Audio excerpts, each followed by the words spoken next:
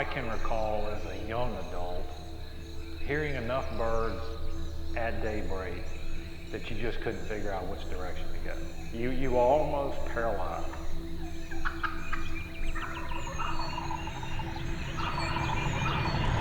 Turkeys have a lot of predators. They need a lot of help. So happy I got to see another day to go do it again. Populations are now decreasing and have been decreasing. Try to step back and have an open mind when it comes to anything associated with the wild turkey. I don't think anyone would argue that all turkey hunters want the same thing, right? We want sustainable populations of turkeys on the landscape.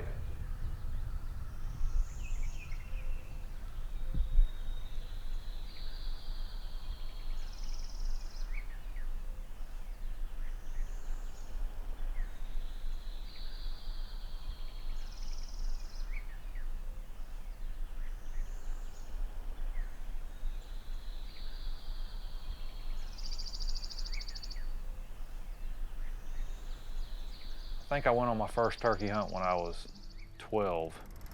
I was a little late bloomer as far as I was a squirrel hunter, rabbit hunter. Got hooked on it pretty quick. Been studying turkeys for 31 years now. Actually going on my 31st year of conducting research on the bird.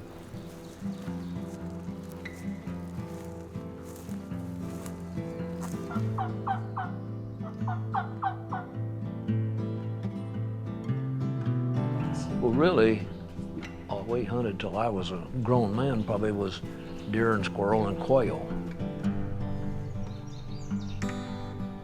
Actually, turkey hunting, I probably started in 1972, so 50 years thereabouts, yeah.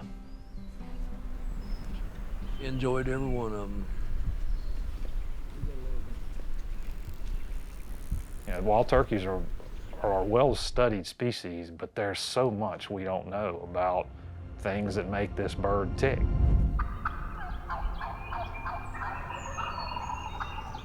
What's interesting is that in a lot of areas of North America, wild turkey populations have increased to a point and stabilized and are now decreasing and have been decreasing for a number of years.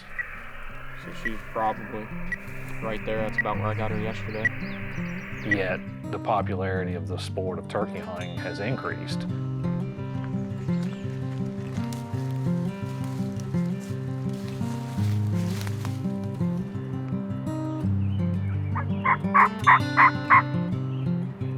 Agencies are really struggling. They're trying to balance this increasing demand for the resource with the recognition that supplies are limited.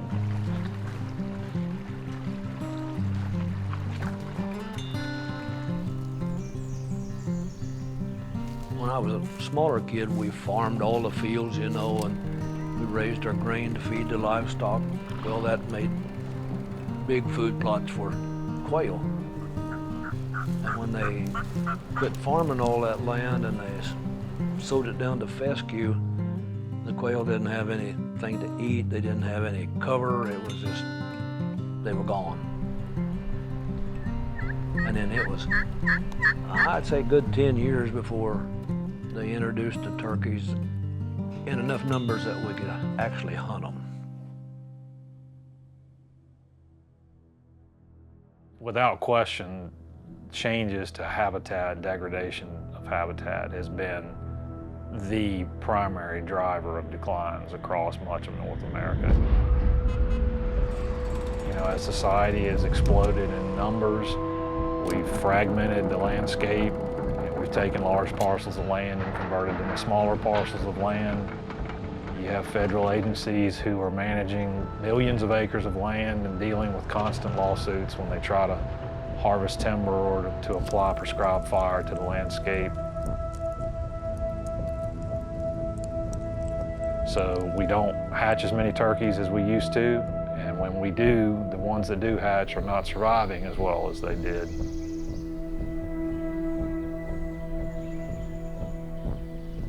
What we do every day is any bird that has a brood, potentially has a brood, or has a nest, we come out every day, get a download on them. we get the location where they're at, so we can just come back anytime we have to do a brood check, or if it's a bird on a nest, if she moves off the nest, we just keep track of them to make sure we know where they're at, what they're doing.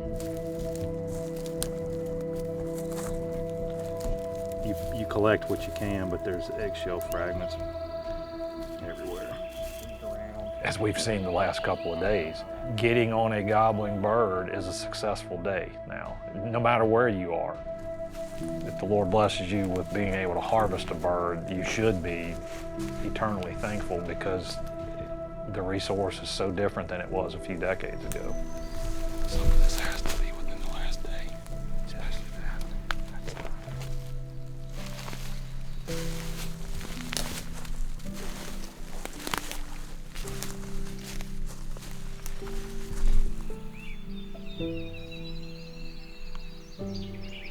When we first started turkey hunting, we didn't call or we didn't have decoys. We put them to bed. We'd go to timber and we'd listen for them to fly up, and then we'd slip out and go back the next morning, and that was pretty simple, you know. But then, you know, people started calling them and they started using decoys, and it was more of a sport, you know, and a challenge, so.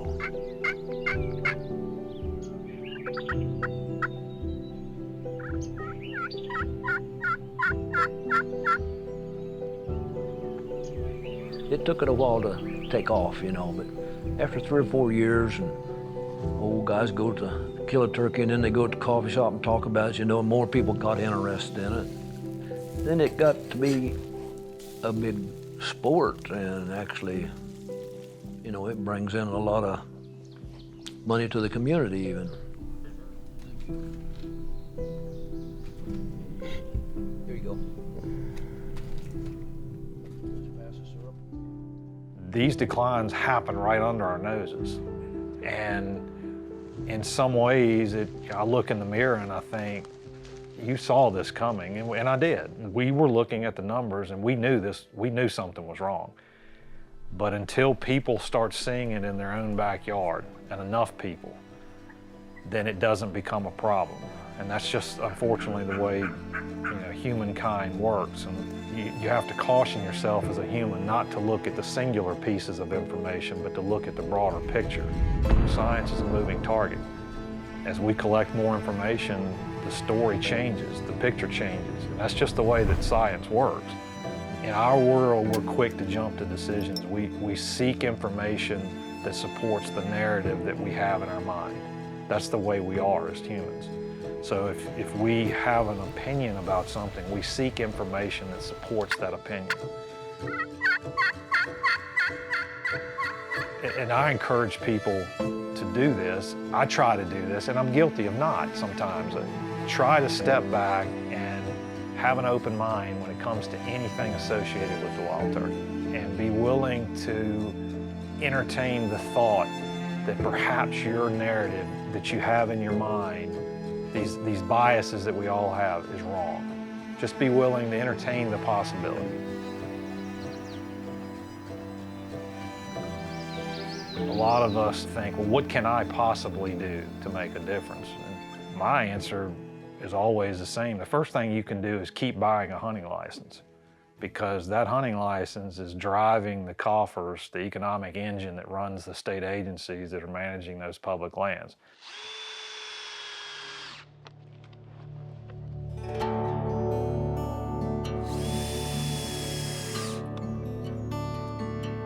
Here we've got a crow early in the spectrogram, gobble, a couple crows off in the distance, gobble, gobble.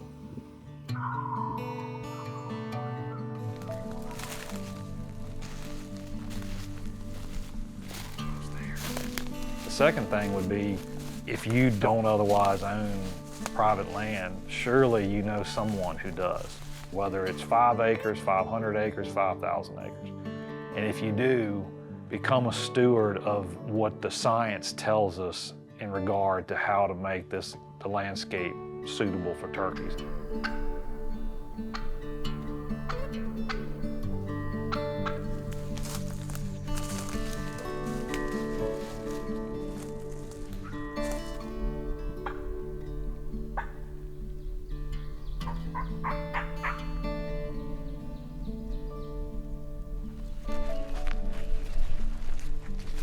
Turkeys have a lot of predators.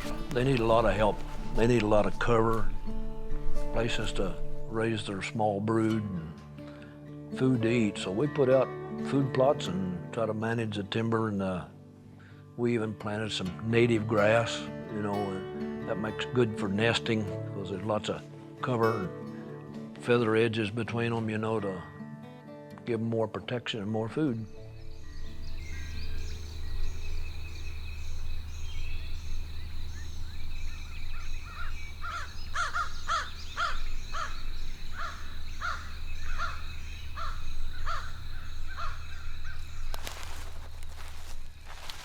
Most state agencies are working with skeleton staff when it comes to the amount of workload they have to implement on the landscape.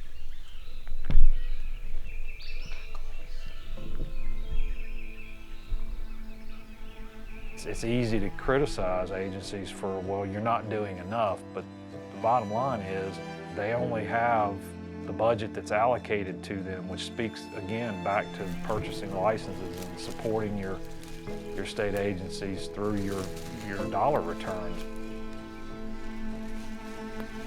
And it's up to us as hunters and stewards to cordially and professionally ensure that agencies understand our concerns and are willing to allocate the resources that in many ways we provide back to the bird that we cherish.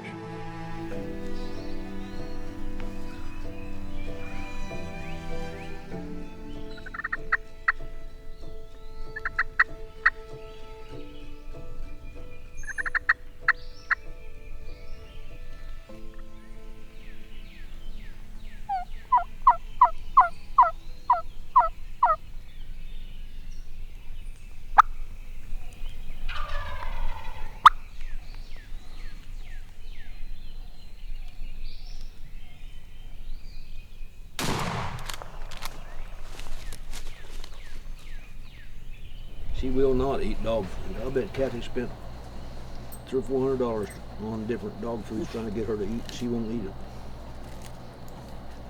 She wants to eat with us. Picky, huh? Yeah. Is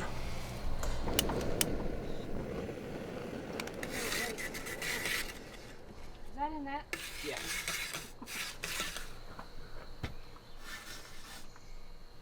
Yeah, just turn that one off and then keep the one on the right down on medium, and you can probably put the corn on there now, inside, on the one you just turned off. You know, it doesn't take much of a glance into our society to realize that as hunters, we're in the severe minority. There are single-digit percentages of people in our country hunt, and therefore non-hunters are making decisions that influence our ability to do what we want to do. And when you think about that critically, to me, it speaks to the need for two things. One, for us to educate ourselves about the resources that we cherish and be able to discuss the issues facing the resource that is our passion.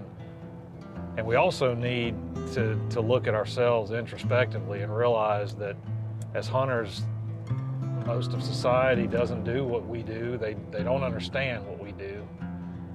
And therefore, when it comes to portraying ourselves as human beings, we need to be aware of what we're saying and the pictures that we're posting and the things that we're doing. Because at the end of the day, if most of the voting population of this country isn't a hunter, then logic dictates that the decision makers that are going to be put in office are largely being put in office by people that really are not aware of who we are and what we're about. But they're fine to go in here because it's easy to tell. Yeah, there's a canine puncture right Yeah, there. you see it. Yeah. Sure. Potentially could be fox, but it definitely smells like coyote to me. Right here's one. And the eggs are just scattered about, almost like there may have been a flush.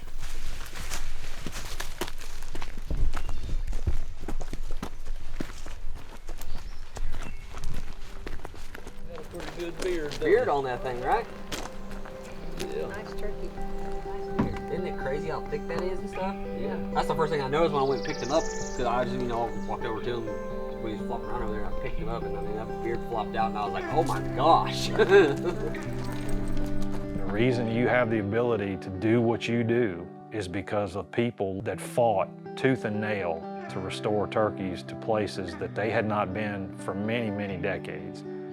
And interestingly enough, most of those people that fought that battle were turkey hunters before they were anything else.